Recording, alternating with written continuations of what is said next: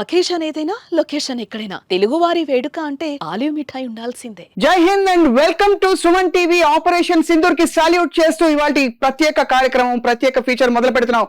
I have with me doctor Kanneganti Ramesh. నేరుగా point లోకి వద్దాం. 9 తీవ్రవాద శిబిరాలపై భారత్ చేసిన మెరుపు దాడులు స్పష్టమైన సంకేతం పంపించాయి. మా జోలికి వస్తే మేము ఊరుకోబోము, ఖచ్చితంగా తీవ్రవాదాన్ని అంతమొందించడానికి ఎంతకైనా వెళ్తామని చెప్పి భారత్ చాటి చెప్పింది. దేశవ్యాప్తంగా ఇప్పుడు ప్రస్తుతం జయ ధ్వానాలు ఒకవైపు, మరోవైపు తీవ్రవాదం పూర్తిగా అంతమొందించాలనే ఒక స్ఫూర్తి మొదలైంది.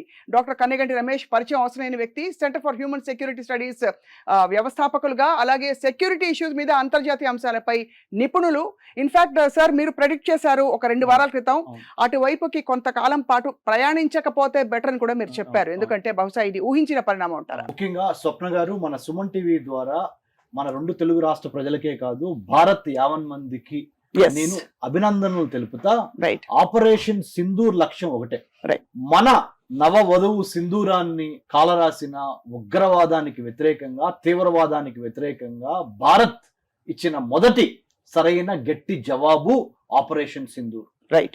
The very fact that we have hit 4 important vital terror camps in Pakistan, inside Pakistan, yes, and 5 terror camps inside Pak occupied Kashmir. Right. Pak ఆక్రమిత కాశ్మీర్ లో 5, పాకిస్తాన్ లోకి వెళ్ళి 4, మొత్తం 9 నవగ్రహాలు ఏవైతే ఉన్నాయో ఈ మన అష్టదిగ్బంధనం చేసాం పాకిస్తాన్ అని చెప్పి. రైట్. ఇప్పుడు ఈ 9 మీద మనం కొడతం ద్వారా మనం చెప్పింది ఏంటంటే, ఖబర్దార్, the fight is no longer, Swapna garu, between India and Pakistan.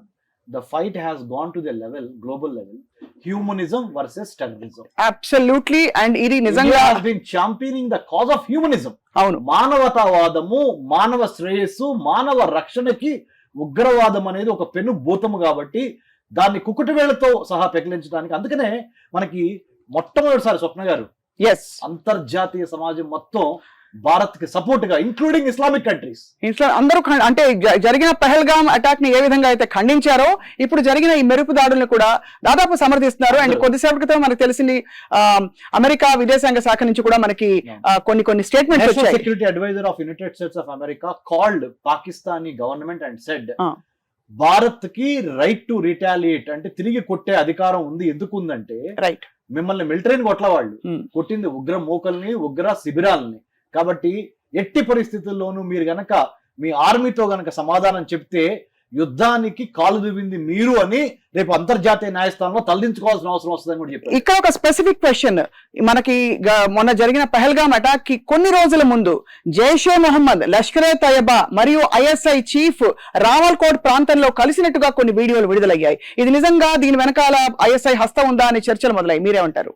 Madam, ఇందులో ఎటువంటి సందేహం లేదు. మన 11 కోట్ల మంది తెలుగు వాళ్ళకందరికీ నేను సుమన్ టీవీ ద్వారా మీ సమక్షంలో, స్వప్న మేడం గారు ఎందుకు చెబుతున్నారంటే, మీరు 11 కోట్ల మంది తెలుగు వాళ్ళకి సుమన్ టీవీ ద్వారా ఏం చెప్తున్నానంటే, 1947 ఆగస్టు 14న పాకిస్తాన్ పుడితే, 1947 ఆగస్టు 15న మన దేశం భారతదేశం పుడితే, ఇంతవరకు మనము వేరే దేశాన్ని వెళ్ళి ఆక్రమించుకున్న ఆనవాళ్లు లేవు.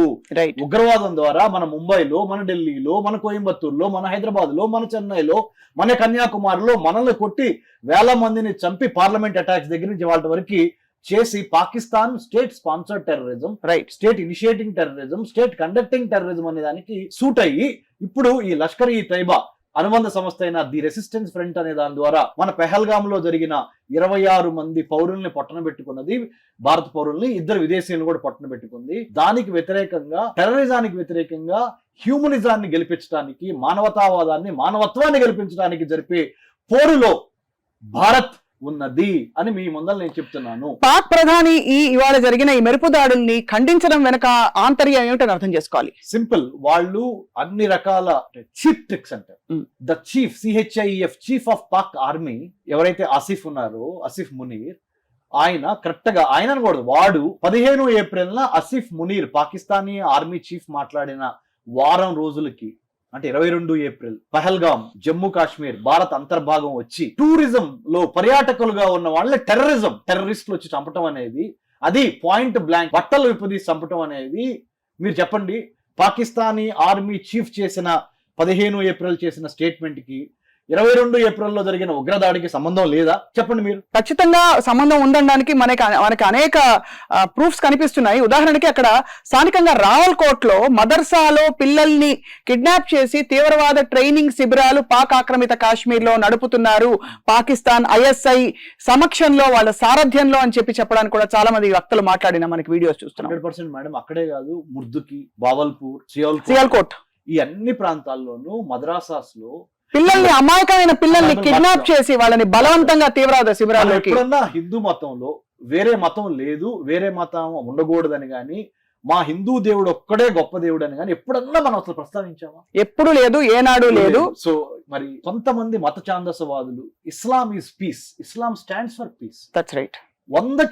100 మంది ముస్లిమ్స్ ఉంటే 90 మంది శాంతి కాముకులు ఉంటారు. అవును. ఆ 10 మంది తీవ్రవాదం, మతోన్మాదము, మదమెక్కి ప్రవర్తించే ఆ 10 మంది మరి ఫండమెంటలిస్టులు చేసిన పనికి 14 ఆగస్టు 1947 నుంచి ఇవాళ వరకు పాకిస్తాన్ చరిత్ర చూస్తే, మన భారతదేశ చరిత్ర చూస్తే, మనమేమో science, technology, engineering, mathematics, trade, technology, wealth creation through all these things మనం చేస్తుంటే, టెర్రరిజాన్ని అడ్డం పెట్టుకొని టెర్రరిజం ద్వారా వెల్త్ క్రియేట్ చేయాలని కొన్నాళ్ళు అమెరికా స్నేహం చేసి ఇప్పుడు చైనాతో స్నేహం చేస్తా, అంటే తన సొంత శక్తితో స్వశక్తితో ఎదగాలనే విషయాన్ని మర్చిపోయి, రైట్, దాయాది దేశమైన భారత్ నుంచి కూడా ఏమీ నేర్చుకోకుండా, the largest democracy on the planet earth India, the 5th largest economy on planet earth is India, the highest number of youth with talent, technology and good attitude India.